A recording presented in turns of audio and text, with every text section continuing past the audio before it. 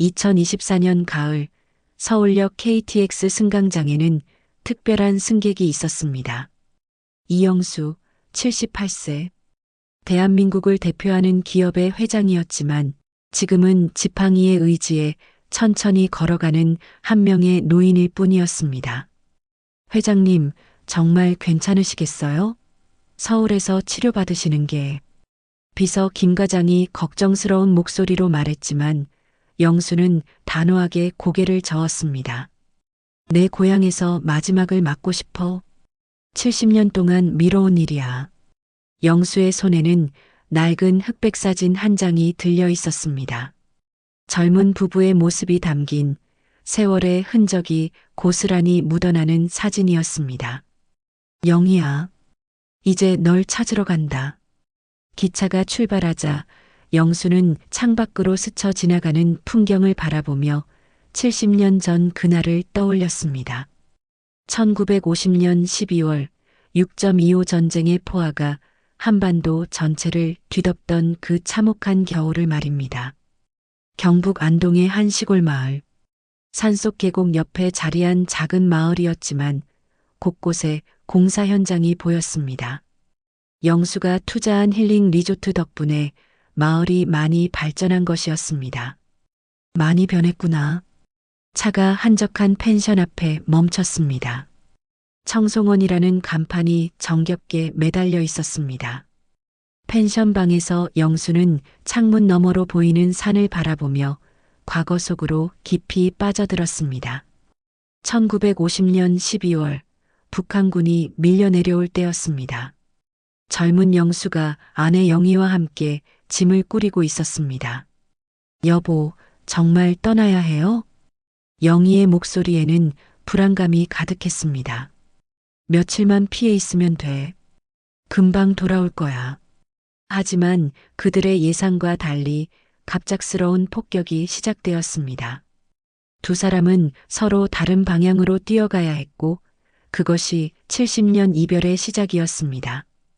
영희야, 영희야. 영수의 절규는 폭격 소리에 묻혀버렸습니다. 현재로 돌아온 영수는 눈물을 닦았습니다. 그때 널 놓친 게 평생의 한이 되었어. 김 과장이 들어왔습니다. 회장님, 내일부터 리조트 부지 시찰을 시작하시죠. 그래.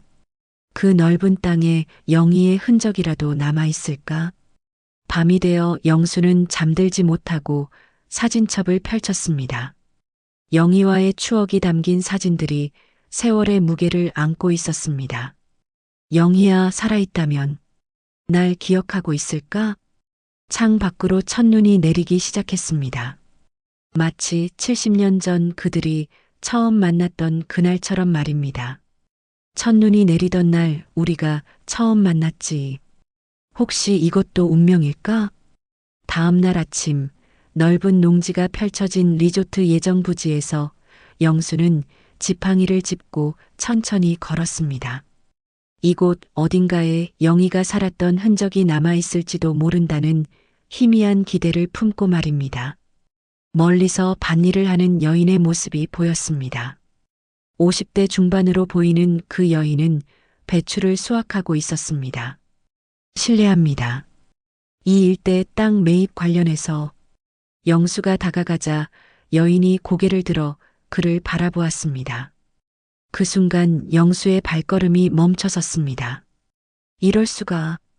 조선아라는 이름의 그 여인의 눈과 주름과 미소가 영희와 너무나 닮아 있었던 것입니다. 누구세요? 왜 그렇게 보세요? 조선아가 당황하며 물었습니다. 아, 죄송합니다. 다른 분과 닮으신 것 같아서. 영수는 실수를 깨닫고 얼른 사과했지만 가슴 깊은 곳에서는 뜨거운 무언가가 끓어오르고 있었습니다. 며칠 후 영수는 마을 이장을 만나 조선아에 대해 물어보았습니다. 아, 조선아 씨 말씀이신가요? 그분은 이 마을 토박이에요. 가족은 어떻게 되세요? 어머니 한 분이 계시는데 전쟁 때 피난 오셔서 정착하신 분이죠. 선아 씨는 그분의 딸이에요. 영수의 가슴이 쿵쾅거렸습니다. 네, 어머니가 젊었을 때 다른 분과 사별하고 나중에 재혼해서 낳은 딸이죠. 영수는 조선아의 집 근처를 서성였습니다. 작은 농가 앞에 김씨 문패가 보였습니다. 김씨, 영희의 성이 김씨였는데 마침 조선아가 집에서 나왔습니다. 그때 그분이시네요. 여기서 뭘? 실례지만 어머니를 한번 뵐 수 있을까요? 영수의 목소리는 간절함으로 떨리고 있었습니다. 우리 어머니를요? 왜요? 제가 오래전에 찾던 분이 계실 수도 있어서요. 그날 밤 영수는 김 과장에게 말했습니다. 내일 그 집을 방문하겠어. 회장님, 너무 성급하시는 건 아니신지. 70년을 기다렸어. 더 이상 기다릴 수 없어. 영수는 낡은 사진을 다시 꺼내 보았습니다. 영희야, 정말 내가 거기 있는 건 아니겠지? 다음 날 영수는 조선아의 집 앞에 섰습니다. 손이 심하게 떨렸습니다. 70년 동안 꿈꿔왔던 순간이 코앞에 다가와 있었습니다. 만약 정말 영이라면 날 알아볼까?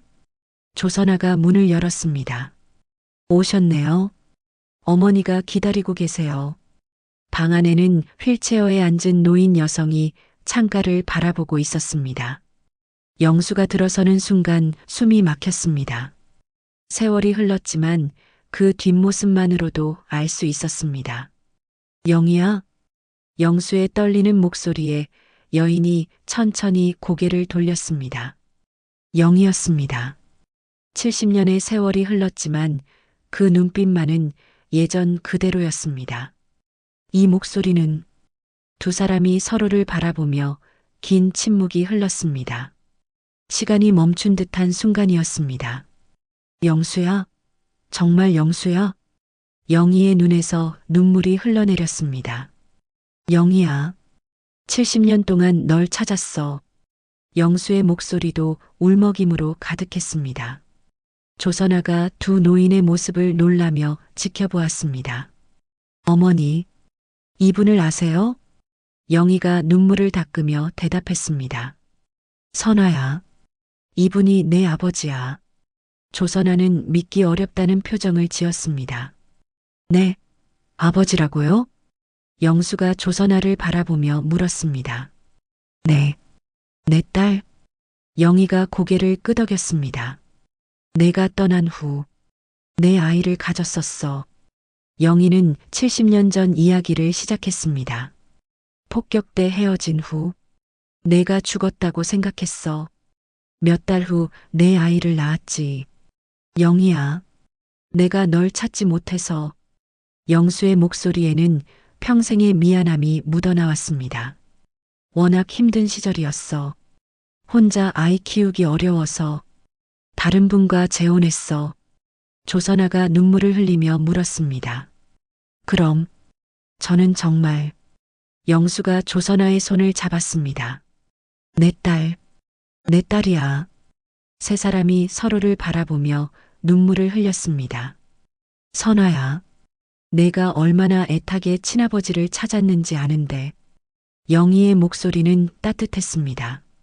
어머니, 제가 어렸을 때부터 왜 다른 아이들과 달랐는지 이제 알겠어요. 조선아의 목소리에도 안도감이 묻어났습니다. 이제 우리 다시 가족이 되자. 내가 70년 늦었지만.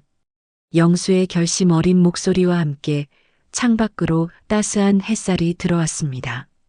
며칠 후 영수는 마을 사람들에게 자신의 정체를 밝혔습니다.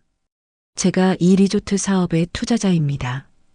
그리고 이곳이 제 고향입니다. 이장이 놀라며 말했습니다.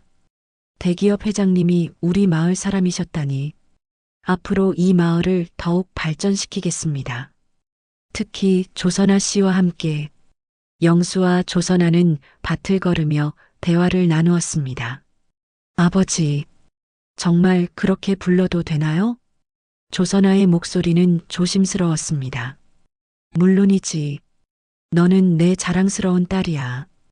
영수의 목소리는 따뜻했습니다. 어머니가 저를 어떻게 키우셨는지, 정말 대단하신 분이에요. 영희는, 내 어머니는 정말 강한 여자야. 나보다 훨씬 강해. 그런데 그 평화로운 시간에 예상치 못한 방문객이 나타났습니다. 조선아가 3년 전부터 별거 중인 남편 박민수였습니다. 40대 후반의 민수는 평소보다 말쑥한 차림새로 나타났습니다. 선아야, 오랜만이다. 민수의 목소리에는 어색한 친근함이 묻어 있었습니다. 당신 왜 여기에? 조선아는 당황스러워했습니다. 소문 들었어. 내 친아버지를 찾았다면서? 그것도 대기업 회장이라던데. 민수의 눈빛에는 계산적인 빛이 스쳤습니다. 그게 당신과 무슨 상관이야? 우리는 이미 아직 이혼 서류에 도장 안 찍었잖아. 법적으로는 아직 부부야. 민수가 비웃으며 말했습니다. 그는 이미 영수의 재산 규모를 조사해왔던 것이었습니다. 선아야, 우리 다시 시작하자. 내 아버지께도 인사드리고 싶고.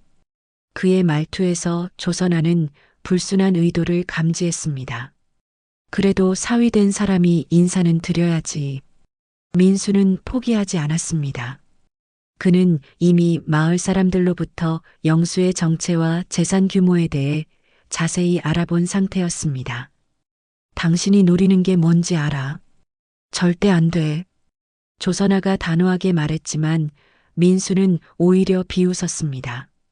선아야, 현실을 봐. 내가 갑자기 재벌 딸이 됐다고 해서 나를 무시할 거야? 그때 영수가 나타났습니다. 선아야, 누구야? 아버지, 이 사람은. 조선아가 대답하기 전에 민수가 나섰습니다. 안녕하십니까? 선아 남편 박민수입니다. 민수는 정중하게 인사했지만 영수는 그의 눈빛에서 뭔가 불순한 것을 감지했습니다. 며칠 후 민수가 갑자기 사라졌습니다. 마을 사람들은 서울로 올라갔다고 했지만 조선아는 불안했습니다. 그리고 일주일 뒤 영수에게 한 통의 전화가 걸려왔습니다. 여보세요, 이영수 회장님이시죠? 낯선 남성의 목소리였습니다. 누구십니까? 박민수입니다. 선아 남편이고요. 영수의 얼굴이 굳어졌습니다.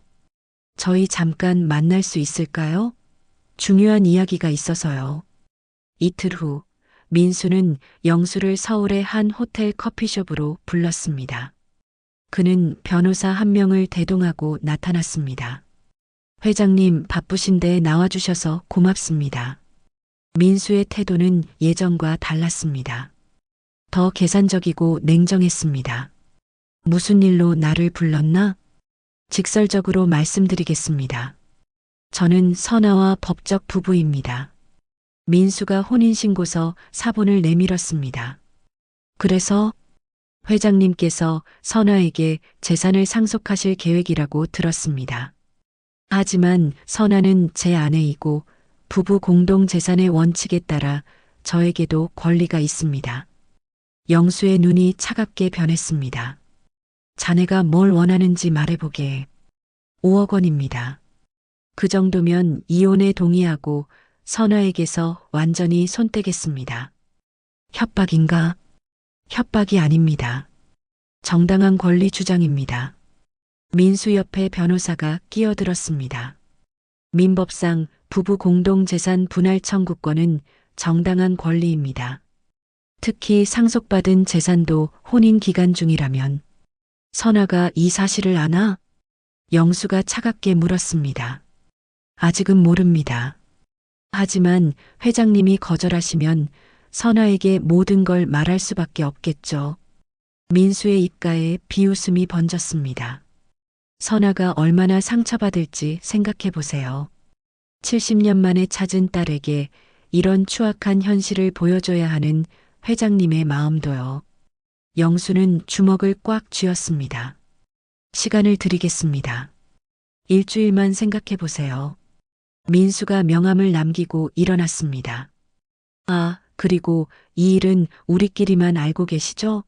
선아가 알면 가족의 행복이 깨질 수도 있으니까요. 영수는 혼자 남아 깊은 고민에 빠졌습니다. 70년 만에 찾은 딸을 지키기 위해서는 어떤 선택을 해야 할까요? 그날 밤 영수는 김 과장을 불렀습니다. 김 과장, 박민수라는 자에 대해 철저히 조사해봐. 과거 경력부터 현재 상황까지 모든 것을 파악하고 싶어? 알겠습니다, 회장님. 전문 신용조사 업체와 변호사를 동원하겠습니다. 3일 후 김 과장이 가져온 조사 결과는 충격적이었습니다. 회장님, 박민수는 지난 5년간 총 7건의 사기 사건에 연루되어 있습니다. 허위 투자 상품 판매, 보이스피싱 조직 가담, 그리고 최근에는 대출 사기까지. 영수의 얼굴이 굳어졌습니다. 증거는 확실한가? 네, 피해자들의 증언과 은행 거래 내역, CCTV 영상까지 모두 확보했습니다.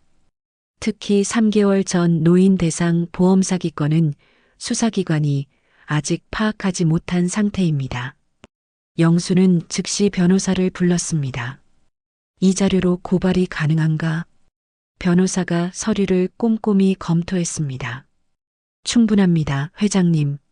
사기죄, 횡령죄로 고발 가능하고 현재 진행 중인 협박건까지 합하면 실형이 확실합니다.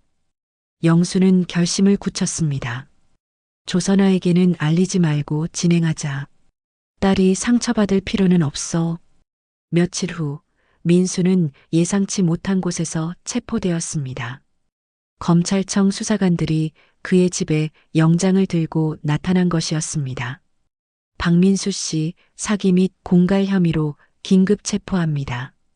뭐라고요? 이게 무슨... 민수는 당황했지만 이미 늦었습니다.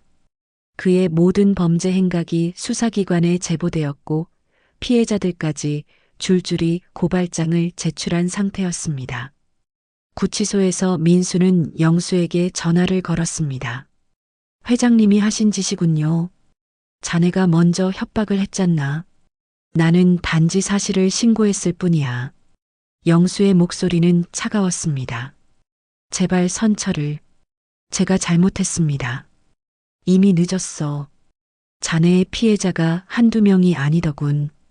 특히 70세 노인에게서 3천만 원을 가로챈 거는 용서할 수 없어. 민수는 결국 사기죄와 공갈죄로 기소되었고 1심에서 징역 3년을 선고받았습니다.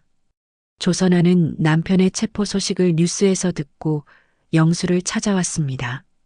아버지, 민수가 체포된 게 아버지 때문인가요? 영수가 고개를 끄덕였습니다. 미안하다, 선아야. 하지만 그자는 이미 많은 사람들을 속였어. 우리뿐만 아니라 다른 피해자들을 위해서라도 법의 심판을 받아야 했어. 아버지, 고마워요. 저는 그 사람의 진짜 모습을 몰랐어요. 조선아의 눈에서 안도의 눈물이 흘렀습니다. 이제 정말로 자유로워졌네요. 더러운 과거와도 완전히 결별할 수 있어요. 영수는 딸의 손을 잡았습니다. 선아야, 이제 우리 정말로 새로운 시작을 하자. 법이 정의를 세워준 거야. 하지만 행복한 시간도 잠시, 어느 날 영희가 쓰러졌습니다. 병원에서 의사가 영수에게 설명했습니다. 말기 심장병입니다. 오래 버티지 못할 것 같습니다. 영수는 절망했습니다. 70년 만에 찾았는데 이럴 수는 없어. 조선아가 아버지에게 말했습니다. 아버지, 어머니께서 하고 싶어 하시는 일이 있어요. 병실에서 영희가 영수에게 말했습니다. 영수야, 나 하나만 바라는 게 있어. 뭐든지 말해봐. 선아가 우리 딸이 평생 걱정 없이 살았으면 해. 당연하지. 내가 모든 걸 다 해줄 거야. 그리고 이 마을 사람들 다들 어려운데 도와줄 수 있다면. 영수가 고개를 끄덕였습니다. 알았어. 내 뜻대로 하겠어. 영희의 손을 잡은 영수가 마지막 약속을 했습니다. 우리 다음 생에는 꼭 함께하자. 영희의 목소리는 가늘어져 갔습니다. 약속해. 다음 생에는 절대 놓치지 않을게. 영수의 눈에서 눈물이 흘렀습니다. 영희가 조선아를 불렀습니다. 선아야, 아버지 말씀 잘 들어야 해. 네, 어머니. 조선아의 목소리도 울먹임으로 가득했습니다. 챕터 5. 영원한 사랑의 유산. 며칠 후 새벽 영희가 영수의 손을 잡고 마지막 말을 했습니다. 영수야, 고마웠어. 마지막에 널 다시 만날 수 있어서. 영수의 목이 메었습니다. 영희야, 나도 고마워. 살아서 널 다시 볼 수 있어서. 영희가 조용히 눈을 감았습니다. 영수가 그녀의 이마에 마지막 키스를 했습니다. 안녕, 내 사랑. 영희의 장례식에 마을 사람들이 모두 참석했습니다. 영수가 추도사에서 말했습니다. 영희는 이 마을의 어머니 같은 분이었습니다. 그분의 뜻을 이어 이 마을을 더 아름답게 만들겠습니다. 조선아가 아버지 곁에 서서 고개를 끄덕였습니다. 서울의 변호사 사무실에서 영수가 유언장을 작성했습니다. 회장님의 전 재산을 영희 기념재단과 따님께 상속하신다는 거네요. 변호사가 확인했습니다. 그래. 조선아에게는 개인 재산을, 재단에는 사업체를 맡기겠어. 조선아가 놀라며 말했습니다. 아버지, 이럴 수는 없어요. 넌 내 딸이야. 당연한 권리야. 영수의 목소리는 단호했습니다. 1년 후 리조트가 완공되고 마을이 번성했습니다. 조선아가 기념식에서 말했습니다. 어머니가 원하시던 대로 이 마을이 모든 사람들에게 희망이 되었습니다. 영수가 휠체어에 앉아 미소 지었습니다. 영희야, 보고 있지? 우리 딸이 얼마나 훌륭하게 자랐는지. 2년 후 영수의 임종 장면에서 조선아가 물었습니다. 아버지, 어머니 곁으로 가시는 거죠? 영수가 미소 지으며 대답했습니다. 그래, 이번엔 절대 놓치지 않을 거야. 영수는 영희의 사진을 가슴에 안고 눈을 감았습니다. 현재 조선아는 영희 기념관을 운영하고 있었습니다. 방문객들에게 말했습니다. 이곳은 70년을 기다린 사랑의 증거입니다. 기념관 벽면에는 영수와 영희의 젊은 시절 사진이 나란히 걸려 있었습니다. 아버지, 어머니, 두 분의 사랑이 이 마을에 영원히 살아있을 거예요. 조선아가 속으로 말했습니다. 창밖으로 아름다운 마을 풍경이 펼쳐졌습니다. 그곳에는 영희마을이라는 이정표가 서 있었습니다. 마을 아이들이 뛰어다니며 말했습니다.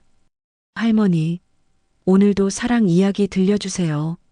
조선아가 미소 지으며 대답했습니다. 그래, 아주 오래된 사랑 이야기를 들려줄게. 해질녘 하늘이 붉게 물들고 마을에는 따스한 불빛들이 하나둘 켜졌습니다. 진정한 사랑은 시간도, 전쟁도, 죽음도 이길 수 없다는 것을 이 이야기는 보여줍니다.